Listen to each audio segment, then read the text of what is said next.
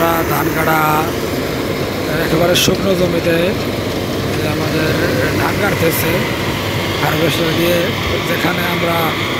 বর্তমান আধুনিক যুগে এসে দেখতে পাচ্ছি যে ধান কাটার জন্য সময় কম লাগতেছে, তারপরে মানে খরচ বেশি এবং ব্যয়বহুল বেশি। সেক্ষেত্রে আমরা এখন দেখা যাচ্ছে না মেশিনের মাধ্যমে আমরা ধান পাইতেছি অল্পের ভিতরেই, অল্প পরিশ্রমের ভিতরে আমরা বেশি বেশি ধান